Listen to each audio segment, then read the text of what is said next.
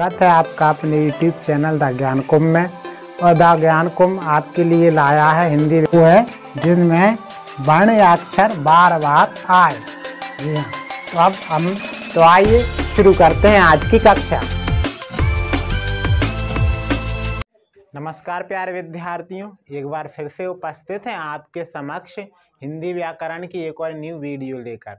और हिंदी व्याकरण में हम पढ़ रहे हैं एकदम ही न्यू सीरीज काव्य सौंदर्य। और काव्य सौंदर्य के अंतर्गत हम पढ़ रहे हैं अलंकार, और अलंकार में अर्थालंकार के भेदों को पढ़ रहे हैं। तो चलिए अगला अर्थालंकार का भेद जानते हैं। अगला जो अलंकार है वो है भ्रांतिमान अलंकार। जी हाँ, तो चलिए पहले हम उस शब्द का मीनिंग या अर्थ निकालते हैं। तो अगला जो अलंकार है वो कौन सा है? भ्रांतिमान। भ्रांतिमान में ये तो बिल्कुल सिंपल या सादा शब्द है। ये भ्रम उत्पन्न होना, भ्रम मान लिया जाए जब दो वस्तुओं के बीच भ्रम उत्पन्न हो जाए कि ये वो वस्तु है पहली वाली या दूसरी, इस तरह की जब सिचुएशन बन जाए तो उसे हम बोलते हैं भ्रांतिमान। यानी कि इसका अर्थ है भ्रमवश अन्य वस्तु समझना। ये तो इसका अर्थ हुआ भ्रांतिमान को। तो उम्मीद है आपको अर्थ समझ में आ गया होगा।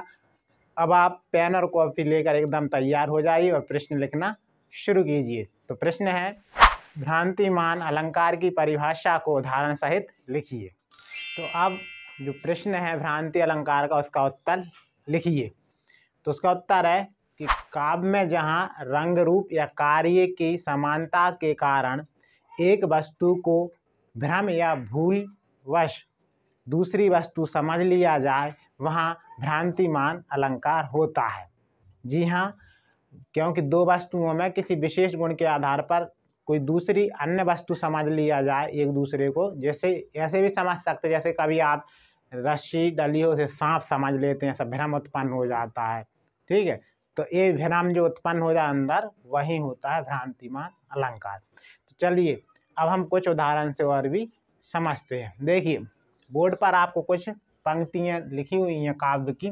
पहला, जान श्याम घन श्याम को नाच उठे बन मोर। इसका अर्थ यह है कि जान श्याम घन श्याम को। तो देखिए श्याम, यहाँ एक श्याम का अर्थ जो है वो श्याम श्री कृष्ण जी से है, और एक घन, घन माने बादल भी कैसे कलर के होते हैं, जैसे श्याम का कलर है श्री कृष्ण का एक ही कलर, काले काले। तो उन्हें ऐसा लगा श्याम को देखकर कि ये ऐसे लगा कि क्या बादल ही आ गए हो, तो जो मेघ बरसने वाले हो, काले बादल आ गए, तो बन मोर, वन में मोर नाचने लगते हैं। दूसरा है, चंद के भ्रम होत मोद है कुमुदनी को। चंद के भ्रम, तो मुझे ऐसा लग जाता है जो कुमुदनी माने होता कमल, सफ़ेद फूलों वाले कमल के आकार का एक फूल है जो रात्रि में खिलता है, सफ़ेद कली होती है उसकी, उसे कुमुदनी बोलते हैं। तो उस कुमुदनी के खिलने से, चूँकि चंद्रमा भी सफ़ेद कलर में ही दिखता है, पूर्णिमा का चंद्रमा आप देखेंगे, तो ऐसा लगा कुमुदनी को देखा ये चंद्रमा निकल आया हो, तो चंद्रमा का भ्रम हो गया उस फूल को देखकर। ठीक है, कि तीसरा है, किंशुक कलिका जानकर अली गिरता शुक चोंच पर। किंशुक का अर्थ होता है आपके जो पलाश, आपकी भाषा में छेवला बोल दें, तो उसके जो आपने कभी फूल देखा होगा इस तरह से मोर के उसके आकार का रहता है ऐसा, तो वो जो कि कैसा रहता है, लाल कलर का, तो गुलाबी हो सकता है, लाल लाल सा रहता है। तो वो जब उस कली जानकर अली, अली यानी होता है भौरा, भौरा का पर्यायवाची है। तो शुक चोंच पर, शुक यानी होता है तोता, यहाँ आपको पूरे पर्यायवाची जानना बहुत जरूरी है, तोता।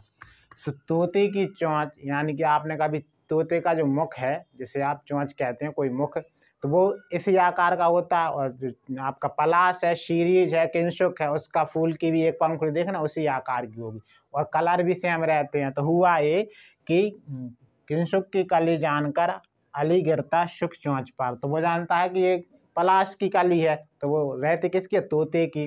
ठीक है, मुख, तो उस पर गिर जाता। तो यहाँ दूसरी लाइन में ये बताया शुक क्या करता, तोता, तो सुख मुख से धरता उसे, तो सुख भी यानी तोता भी उसे मुख में धर लेता अंदर। क्यों? क्योंकि जामुन का फल समझकर।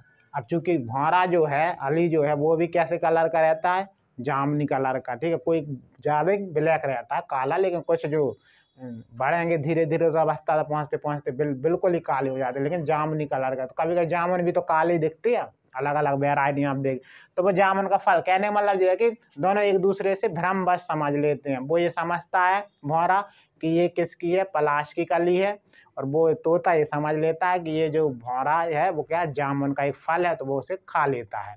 तो ये तीनों उदाहरण ये बता रहे कि यहाँ भ्रम हुआ है एक दूसरे की। तो जो परिभाषा है वो यहाँ पूरी की पूरी आपको समझ में दिख रही होगी, उसकी परिभाषा को जैसे डिफाइन किया गया है। तो आज के लिए बस इतना ही। हम आप सबके लिए बस सिर्फ एक ही अलंकार समझाते हैं, ताकि वो आप जो है उसे अच्छी तरह से समझ सकें। और फिर भी कोई परेशानी हो, कोई डाउट हो, तो कमेंट बॉक्स में कमेंट करके आप पूछ सकते हैं। तो उम्मीद है हमारी आज की ये वीडियो आपको पसंद आई होगी, और पसंद आई है तो इसे लाइक कर दीजिए, और अपने अधिक से अधिक दोस्तों के साथ शेयर भी कर दीजिए, और सब्सक्राइब कर दीजिए हमारे अपने परिवार विज्ञान कुंभ को।